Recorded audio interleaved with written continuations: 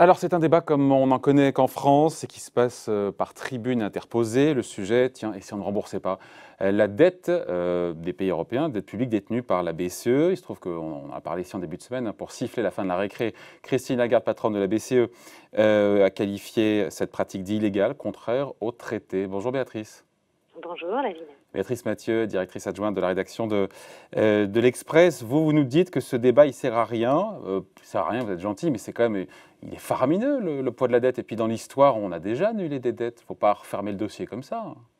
Oui, alors c'est vrai que dans l'histoire, on a annulé des dettes au Mexique en 1861, l'Union soviétique en 1918, et effectivement tous ceux qui prônent cette annulation de dettes pensent au cas allemand, le 27 février 1953, où un accord historique est signé sur la dette allemande. Et il faut s'arrêter un tout petit peu sur cet accord parce qu'on n'imagine pas, on ne se souvient pas à quel point en fait il est important et à quel point aussi il a expliqué en fait le redémarrage de l'économie allemande dans les années 60 et la construction européenne.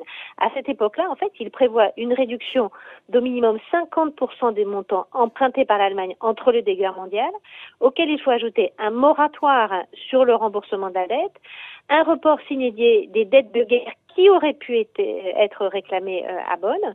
Et les économistes estiment aujourd'hui que cet accord de réduction de dette porte sur 90% de la dette allemande. Donc c'est considérable.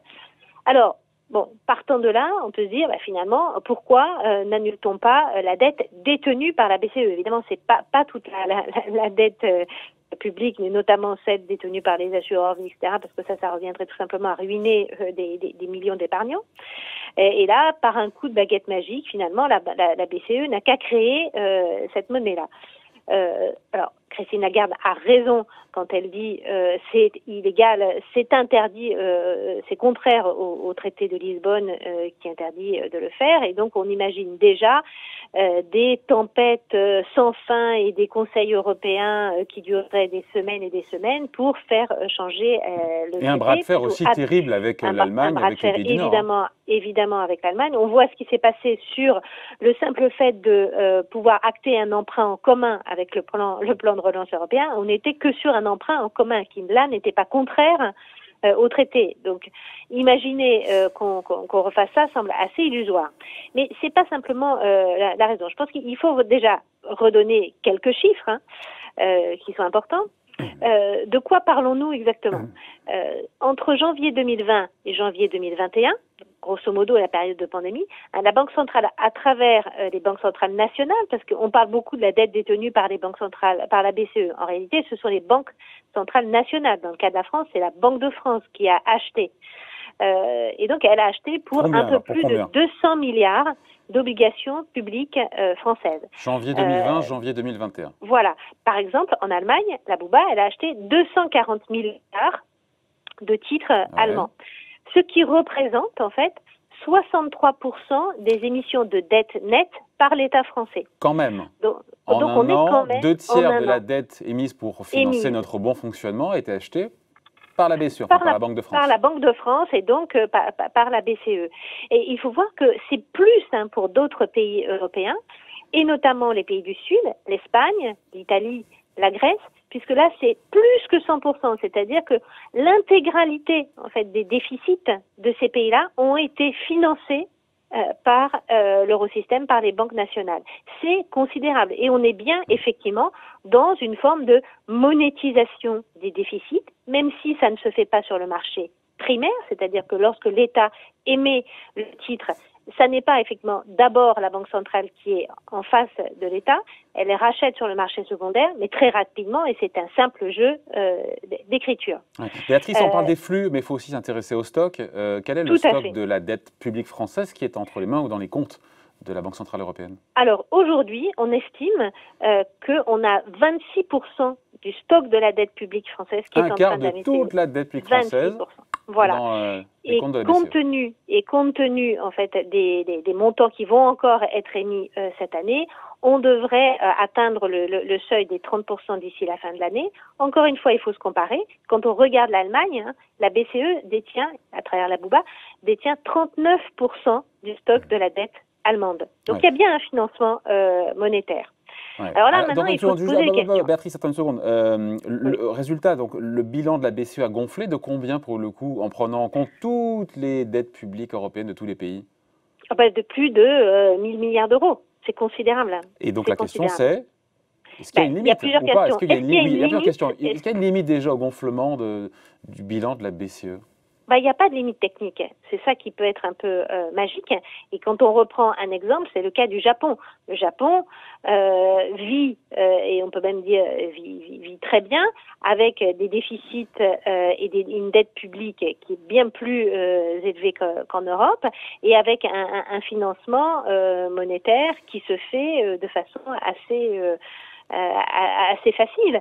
Et moi, ce qui m'amuse dans cette question de l'effacement de la dette, c'est si c'est une idée si facile et si géniale, pourquoi d'autres pays qui ont des politiques monétaires peut-être plus audacieuses, pourquoi ces pays ne le font pas?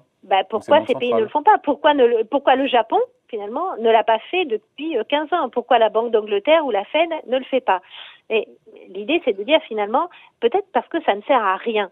Et dans le cas européen, ça ne sert vraiment à rien, sauf à mettre la zone euro à sang et à feu et déclencher des débats qui seraient interminables. Pourquoi ça sert à rien?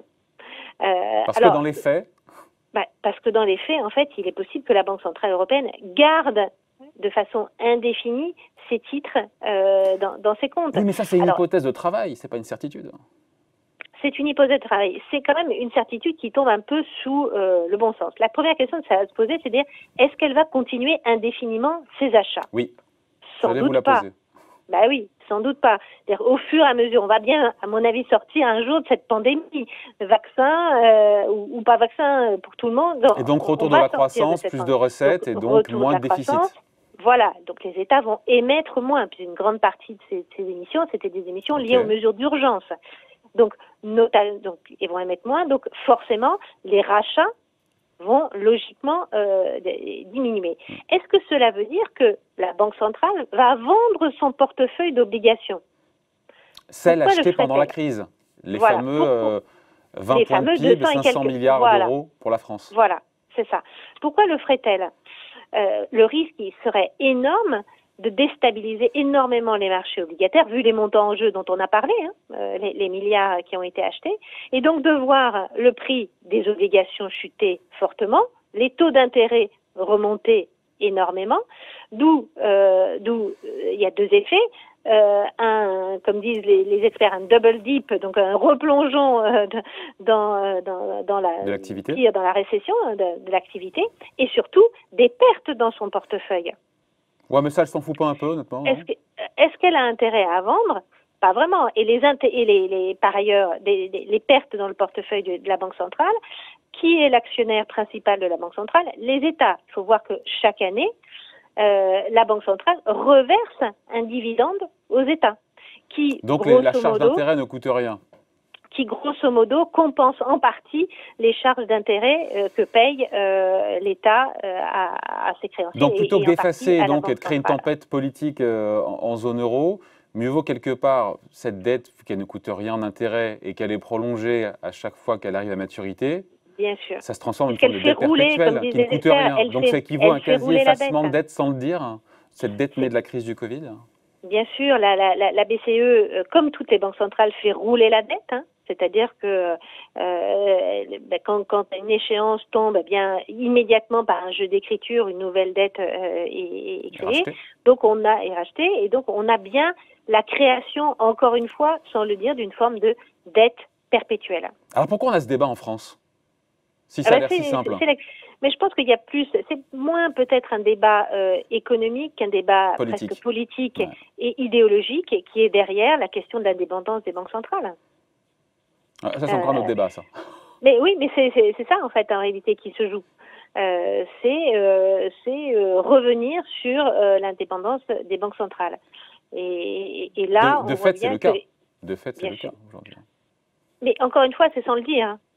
il y a une sorte d'agreement qui se joue entre les États et la Banque centrale, mais il faut voir aussi que cette politique extrêmement expansionniste, on le voit à un moment aura des limites, c'est-à-dire qu'il faut que les banques centrales cessent progressivement ces achats, et elles le feront quand la croissance aura redémarré.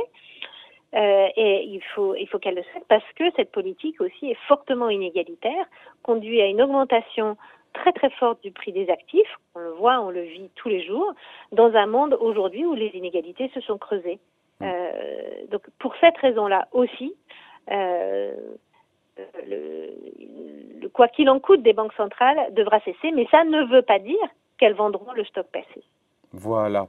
Point de vue signé donc Béatrice Mathieu, rédactrice en chef donc à l'Express, à l'hebdomadaire. Merci Béatrice, bonne journée.